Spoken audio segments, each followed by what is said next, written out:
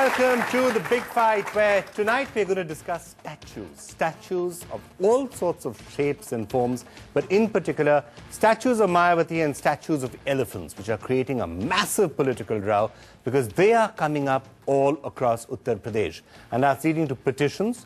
Why are these statues coming up? Are public funds being misused for these, or are they not? While others are saying, why do you make so much fuss about Mayawati statues and you don't make a fuss about other people's statues, which are also coming up all across the country? So that's what we're going to be debating this particular day on the big fight. So to debate this, let me welcome into the studio. We have some fantastic voices to tell us what they think about this. Let me start by welcoming Mr. Ravi Kant, who's a Supreme Court lawyer who filed the petition against Mayawati and who says that the public funds are being misused when it comes to these statues. Also joining us via satellite, Harish Salve, Senior Advocate, Supreme Court of India, who is representing the Uttar Pradesh government in this case. So the two lawyers who are fighting this case, joining us to tell us what they think about it. Also joining us, somebody with extremely strong views on the subject, Sohail Seth. Sohail, thank you so much for being with us. I'm not going to introduce you any further. Those who watch the big fight have seen you here often enough.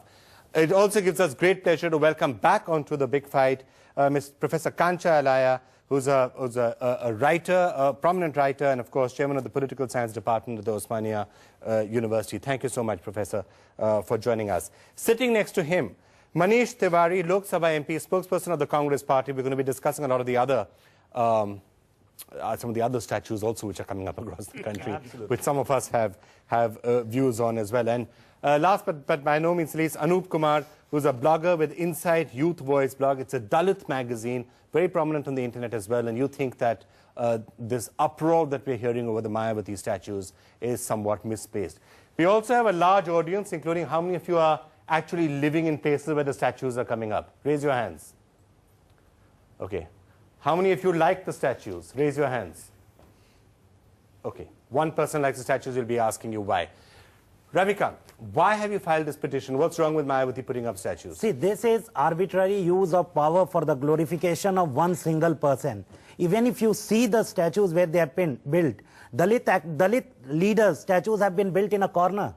And for Mayawati statue, a big central plaza, it's huge amount of public money which is being wasted for the glorification of one single individual, and that also the chief minister of the state. She has a moral duty to use the funds for the public, but she is using it for her self-glorification. This is completely arbitrary use of power, and this is violative of Article 14 of the Constitution of India. Okay, Harish Salve, she's using public funds for her personal glorification. How would you respond to that? You know, I think we need to raise this debate beyond Mayawati and beyond Noida. And it's a good time to revisit certain fundamentals and forget about Article 14 and all that. We'll sort all that out in Supreme Court. But a more fundamental is, in 1950, we formed ourselves into a republic. Are we really a republic, or are we still psychologically a band of feudals and serfs? And why do people think it necessary to build statues, and why do we people react in this fashion to politicians who build statues, in the sense that why is it that we are still subservient to our politicians? Tuba.com